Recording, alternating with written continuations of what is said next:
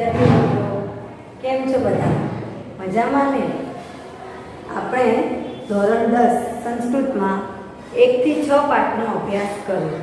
હવે આજે પદ્ય 7નો અભ્યાસ કરવાનો છે, જેનું નામ છે સુભાષિત કુસુમાની, એટલે કે સુભાષિત રૂપી પુષ્પો.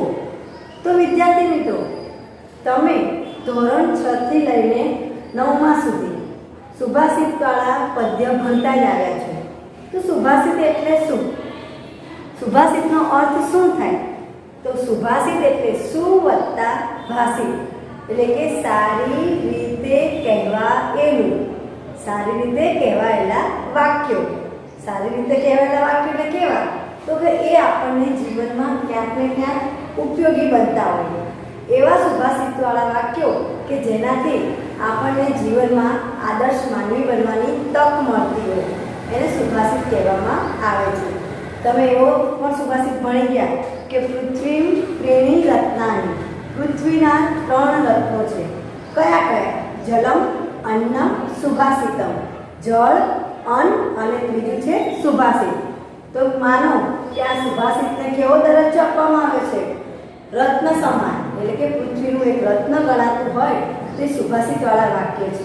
અહીંયા આપણને આપી છે સુભાષિત રૂપી પુષ્પો, એટલે કે આ જે કંઈ 7 સુભાષિત છે એ નાનકડા ફૂલ સમાન છે. ફૂલ પણ આપણને ઘણું બધું શીખવતું હોય છે, તો એવી રીતે આ સુભાષિતો પણ આપણને ઘણું બધું શીખવે છે. તો વિદ્યાર્થી મિત્રો, આ પદ્ય 7 સુભાષિત કુસુમાની એ 4 માર્કનું ચેપ્ટર છે. તો આની અંદરથી તમારે સુભાષિત બીજો અને 5મો એ તૈયાર કરવાનો છે. શા માટે? અર્થ વિસ્તાર માટે. એટલે એનો અનુવાદ અને એનો અર્થ વિસ્તાર એ આપણે ભણીશું, બરાબર? અને સુભાષિત 6 છે એ તમારે શ્લોક પૂર્તિ માટે મોઢે કરવાનો છે, જે સ્વાધ્યાયમાં તમને આપેલો છે. સાવ સહેલો શ્લોક છે, તમારે હવેથી એને રોજ ગાવાનો છે એટલે તમને આવડી જાય, બરાબર? તો અહીંયા 7 સુભાષિતની અંદર શેની વાત કરવામાં આવી છે? તો પહેલા આપણે એનું વાંચન કરી લઈએ. અસભિદસ્તુ લીલયા પ્રોક્તમ શિલાલિખિતમ અક્ષરમ. સભિદસ્તુ લીલયા પ્રોક્તમ શિલાલિખિતમ અક્ષરમ. અસભિદઃ સપતેન અપી જલે લિખિતમ અક્ષરમ. બીજું, સેવિતવ્યો મહાવૃક્ષઃ જલ છાયા સમન્વિતઃ યદિ દૈવાત ફલમ નાસ્તિ ચ છાયા કેમ નિવાર્યતે. ત્રીજો સુભાષિત, આરોપ્યતે શીલા શૈલે યત્નેન મહતા યથા વિપાટ્યતે ક્ષણેન અધઃ તથા આત્મા ગુણ દોષયોઃ. ચોથામાં કીધું છે ક્ષણે રુષ્ટ ક્ષણે તુષ્ટ રુષ્ટ તુષ્ટ ક્ષણે ક્ષણે. અવ્યવસ્થિત ચિત્તસ્ય પ્રસાદઃ અપી ભયંકરઃ. પ્રસાદો અપી ના બોલાય, પ્રસાદઃ અપી ભયંકરઃ. 5મો સુભાષિત, યથા ચતુર્ભિઃ કનકં પરીક્ષતે વિઘર્ષણ ચ છેદન તાડનૈઃ તથા ચતુર્ભિઃ પુરુષઃ પરીક્ષતે શ્રુતેન શીલેન ગુણેન કર્મણા. 6થો શ્લોક પૂર્તિ માટે મોઢે કરવાનો રહેશે. આપત્સુ રામઃ સમરેષુ ભીમઃ દાનેષુ કર્ણશ્ચ નયેષુ કૃષ્ણઃ ભીષ્મ પ્રતિજ્ઞા પાલનેષુ વિક્રાંત કાર્યેષુ ભવાંજનેયુઃ. 7મો શ્લોક, પ્રારંભતે ન ખલુ વિઘ્ન ભયે નિશ્ચયૈઃ પ્રારભ્ય વિઘ્ન વિહતાઃ વિરમન્તિ મધ્યાઃ વિઘ્નૈઃ પુનઃ પુનરપી પ્રતિહન્યમાનાઃ પ્રારભ્ય ચ ઉત્તમ જના ન પરિત્યજંતિ. બરાબર? આ રીતે તમારે પાઠ્યપુસ્તકમાંથી પણ 7 શ્લોકોનું સૌપ્રથમ વાંચન કરવાનું છે. હવે જોઈએ એનું અનુવાદ કે શું કહેવા માંગે છે. તો પહેલો જે સુભાષિત છે ને એ સજ્જનો વડે કહેવાયેલા વાક્યો અને દુર્જનો વડે કહેવાયેલા વાક્યો કેવા હોય છે એની વાત કરી છે. બીજા સુભાષિતની અંદર એમ કહેવાયું છે કે કોઈ વૃક્ષ હોય તો જો એને ફળ ના આવે, અમુક એવા વૃક્ષ હોય કે જેને ફળ ના આવી શકતા હોય, તો એ મોટું વૃક્ષ થઈ ગયું હોય તો શું એને કાપી નાખવું જોઈએ? ના, એની છાયા તો ક્યાંક ને ક્યાંક ઉપયોગી થાય જ છે.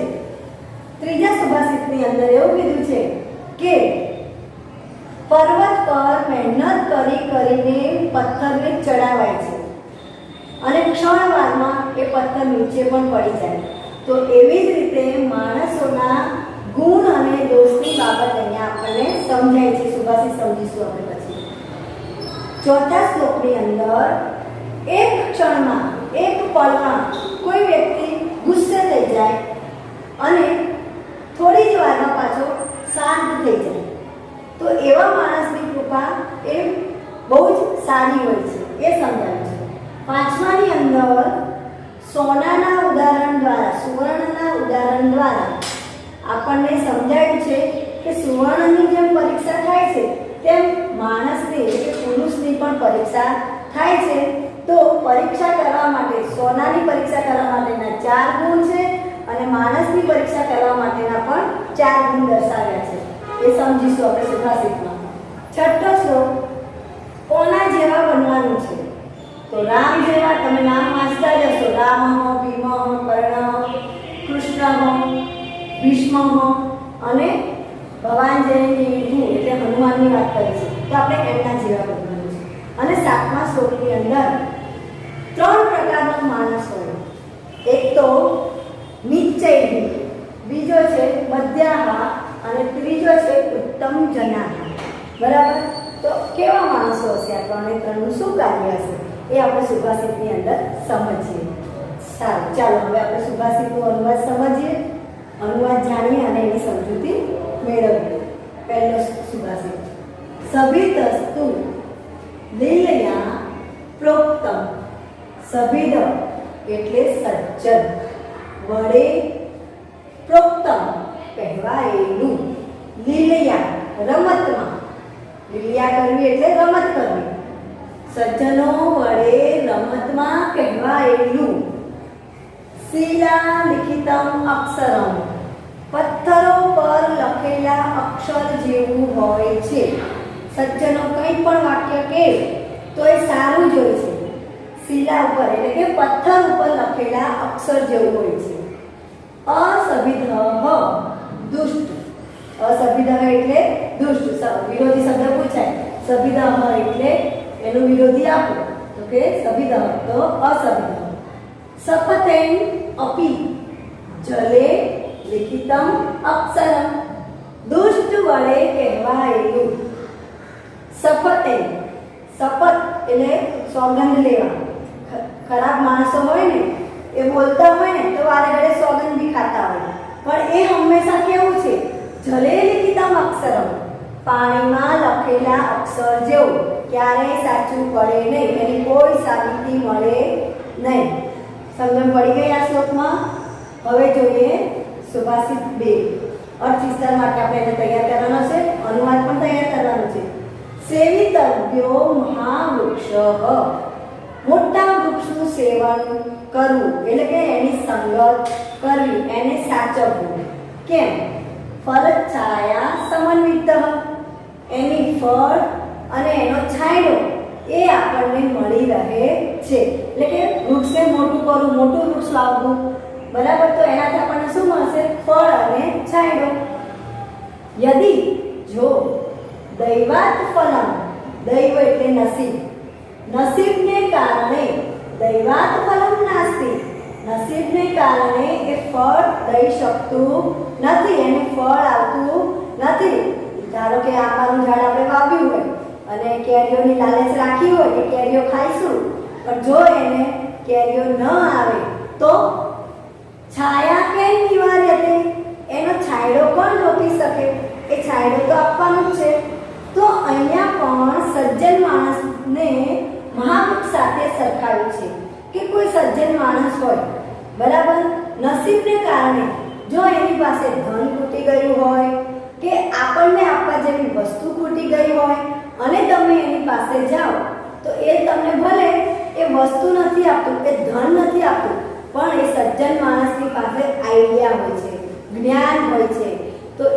અને જ્ઞાન આપે છે. તો અહીંયા વૃક્ષનો છાંયડો આપણે એમ લેવાનું છે કે સજ્જનોનું જ્ઞાન આપણને મળી રહે છે. તમને પડી ગઈ હશે. હવે જોઈએ સુભાષિત 3. ગુણ અને દોષની વાત કરી છે. માણસના ગુણ અને દોષની. અહીંયા આત્મા કીધું છે. તતઃ વત્તા આત્મા, તથા વત્તા આત્મા એટલે કે તે પ્રમાણે આત્મા ગુણ અને દોષની બાબતમાં પણ છે. ગુણ દોષ યોગો દ્વંદ્વ સમાસ છે. સમાસ પણ પૂછાય છે. તો અહીંયા જુઓ, આરોપ્યતે શીલા શૈલે યત્ને મહત્તા. આરોપ્યતે ચડાવાય છે, શીલા પથ્થર, શૈલે પર્વત પર. પર્વત પર ખૂબ જ મહેનતથી પથ્થરને ચડાવાય છે. યથા નિપાત્યતે ક્ષણેનાદઃ. ક્ષણેન અદઃ એટલે વંચાય. યથા જ્યારે, નિપાત્યતે ક્ષણેન અદઃ અને જ્યારે તે ક્ષણમાં નીચે પડી જાય છે. એટલે કે પર્વત ઉપર પથ્થરને બહુ જ મહેનત કરીને ચડાવાય છે અને જો સહેજ ભૂલ થાય તો એ પથ્થર તરત જ ગબડીને નીચે આવે છે અને ક્ષણવારમાં એ નીચે આવી જાય છે. તથા વત્તા આત્મા એટલે કે તે પ્રમાણે આત્માની બાબતમાં પણ છે. ગુણ અને દોષયોગો. માણસના ગુણ અને દોષની બાબતમાં છે કે માણસને જો સારા બનવું હોય ને, એને ગુણ પ્રાપ્ત કરવા હોય ને તો બહુ જ વાર લાગે. પણ જો એનું કંઈક વાંક નીકળે, કંઈક ફોલ્ટ નીકળે એટલે સીધો એને દોષી ગણવામાં આવે. બરાબર? એટલે કે ક્ષણવારમાં એ દોષી બની જાય છે, ગુણ વગરનો બની જાય છે. હવે જોઈએ સુભાષિત 4. ક્ષણે રુષ્ટ. રુષ્ટ એટલે ગુસ્સે થવું. ક્ષણે તુષ્ટ એટલે સંતોષ પામવો. ક્ષણમાં ગુસ્સે થવું, ક્ષણમાં ગુસ્સે થનાર, ક્ષણમાં સંતોષ પામનાર. રુષ્ટ તુષ્ટ ક્ષણે ક્ષણે. ગુસ્સે થનાર, સંતોષ પામનાર. ક્ષણ ક્ષણમાં જે વ્યક્તિ ક્ષણે ક્ષણે ગુસ્સે થઈ જાય છે, સંતોષ પામી જાય છે. અવ્યવસ્થિત ચિત્તસ્ય. જે માણસની ચિત્તવૃત્તિ, મનવૃત્તિ કેવી છે? અવ્યવસ્થિત છે. પ્રસાદ વત્તા અપી એટલે કે પ્રસાદ અપી એની કૃપા. પ્રસાદ એટલે કૃપા. ભયંકર એની કૃપા ભયંકર હોય છે. જો એ ખુશ થઈ જાય તો આપણી પર એની કૃપા વરસાવી દે અને જો એ ગુસ્સે થઈ જાય તો આપણું ધનક કરી કાઢે. બરાબર? તમને મળી ગઈ? એટલે કે અવ્યવસ્થિત ચિત્તવાળા વ્યક્તિની કૃપા કેવી હોય છે? ભયંકર. 5મો સુભાષિત. એને આપણે અર્થ વિસ્તાર માટે પણ તૈયાર કરવાનું છે. સોનાની વાત કરી છે. યથા ચતુર્ભિઃ કનકં પરીક્ષતે. જેમ 4 પ્રકારે સુવર્ણ પરખાય છે. જેમ 4 પ્રકારે સુવર્ણ એટલે કે સોનું પરખાય છે. તો કયા 4 પ્રકાર? તો સોનાને એ કેટલા ટચનું છે એવું ચેક કરવું હોય તો સોની શું કરશે? નિકર્ષણ, છેદન, તાપ, તાડનૈહિ. અહીંયા ચ છે ને વધારે પડતા શબ્દો છે એને ચ થી જોડવા પડે.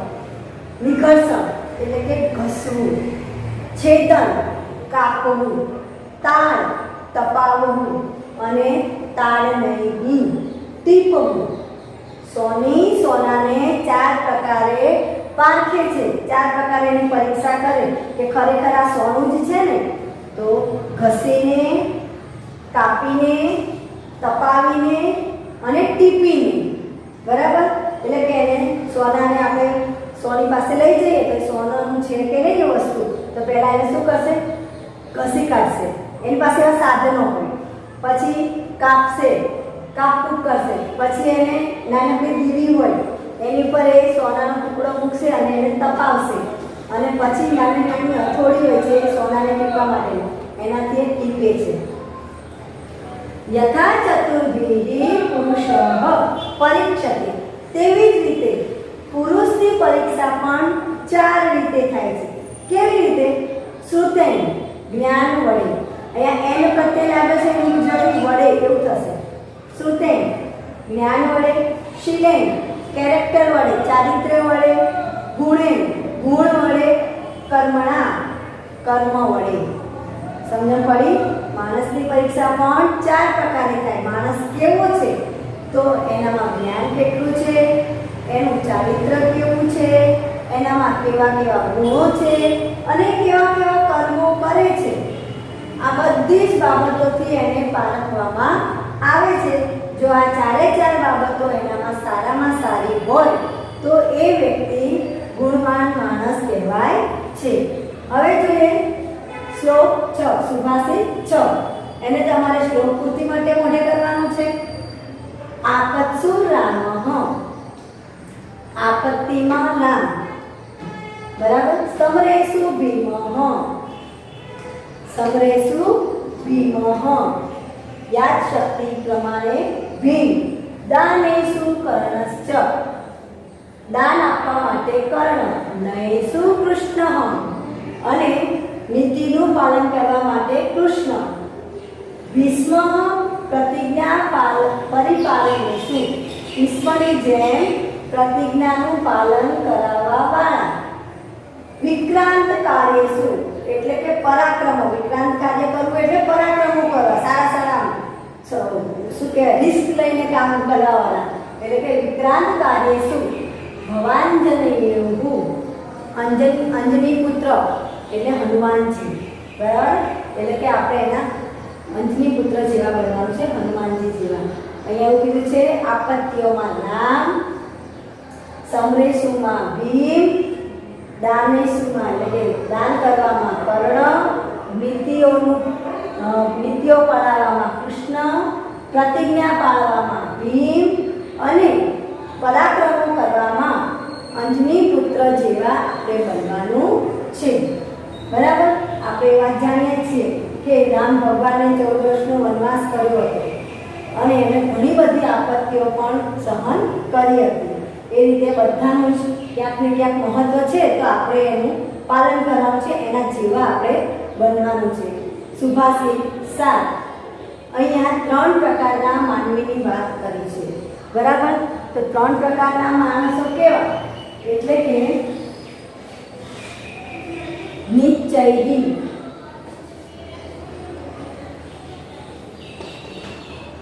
નિશ્ચયી માણસો એટલે હલકી કક્ષાના માણસો જે ડરીને કાર્યની શરૂઆત કરતા નથી, બરાબર. એટલે નીચલી કક્ષાના.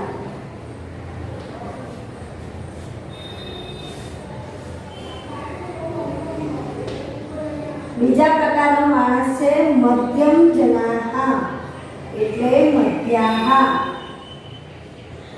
બરાબર.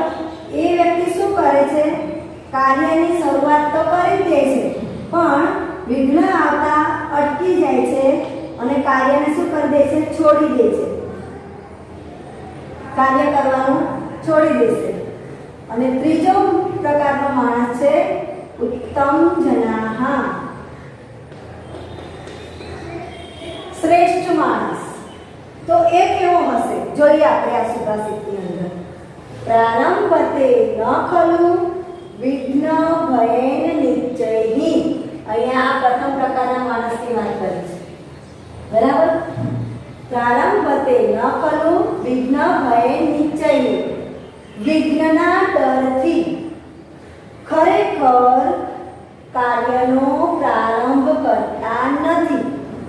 વિઘ્ન એટલે હું કંઈક કામ કરીશ અને એમાં કંઈક અડચણ આવશે તો, કંઈક તકલીફ આવશે તો, વિઘ્ન આવશે તો, એટલે એ વ્યક્તિ શું કરે છે, કાર્ય શરૂ જ નથી કરતા, બરાબર. તો એ માણસ કેવો બનાશે, નિશ્ચયહી.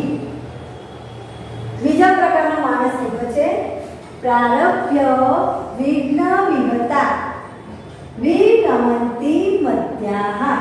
કાર્યનો પ્રારંભ કરી દે છે, બરાબર. એમાં વિઘ્ન પણ આવે છે. વિરમંતી, વિઘ્નોમાં એ શું કર્યા કરે છે, ફર્યા કરે છે. એટલે કે એમાંથી નીકળવાનો પ્રયત્ન કરે પણ નીકળી શકાય નહીં, સંકટમાંથી બહાર આવી શકતો નથી. એટલે કે જવા દે, મારે હવે આ કામ કરવું જ નથી. તો એ કામને શું કરી દે છે, છોડી દે છે, ત્યાગ કરી દે છે કાર્યનો. તો એ દ્વિતીય કક્ષાનો માણસ છે મધ્યાહ, બરાબર. તમારે વિચારવાનું છે કે આ 3 પ્રકારના માણસમાંથી તમારે કેવા માણસ બનવાનું છે. વિઘ્નહી પુનઃ પુનરપી, પ્રતિહન્યમાનાઃ. શું કીધું છે? વિઘ્ન આવે, વારંવાર વિઘ્નો આવે, બરાબર, પણ એ વિઘ્નોમાંથી શું થાય છે? પસાર થાય છે, સામનો કરે છે સંકટનો, સંકટમાંથી નીકળવાનો રસ્તો શોધે છે. પ્રારબ્ધે ચ ઉત્તમ જનાના ન પરિત્યજંતી. અને એ શું કરે છે? કાર્યની શરૂઆત કરે છે, બરાબર, ઉત્તમ જનાના, જહવત્તા ઉત્તમ જના, પણ એ કાર્યને છોડતા નથી. તો એ કેવા પ્રકારનો માણસ છે? ઉત્તમ જનાઃ, બરાબર, ઉત્તમ જના. સમજણ પડી ગઈ? પરિવાર 7મા શ્લોકનું આપણે અનુવાદ કરીએ. જે ખરેખર વિઘ્નના ડરથી કાર્યનો પ્રારંભ કરતો નથી તે માણસ નીચલી કક્ષાનો કહેવાય છે. જે કાર્યનો પ્રારંભ કરે છે, વિઘ્નોમાં ફર્યા કરે છે અને એને છોડી દે છે, એ મધ્યમ કક્ષાનો. અને ત્રીજી કક્ષાનો એટલે કે વિઘ્નોમાં વારંવાર સામનો કરે છે પણ એ કાર્યને છોડતા નથી, તે ઉત્તમ કક્ષાનો માણસ કહેવાય છે. વિદ્યાર્થી મિત્રો, આ સુભાષિતમાંથી આપણે આગળ વાત કરીએ અર્થ વિસ્તાર અને શ્લોક પૂર્તિ તમારે મોઢે કરવાની રહેશે, બરાબર. આ શ્લોકોનું સંપૂર્ણપણે અનુવાદ ધ્યાનથી વાંચજો અને આ વિડીયો ધ્યાનથી સાંભળજો એવી આશા રાખું છું.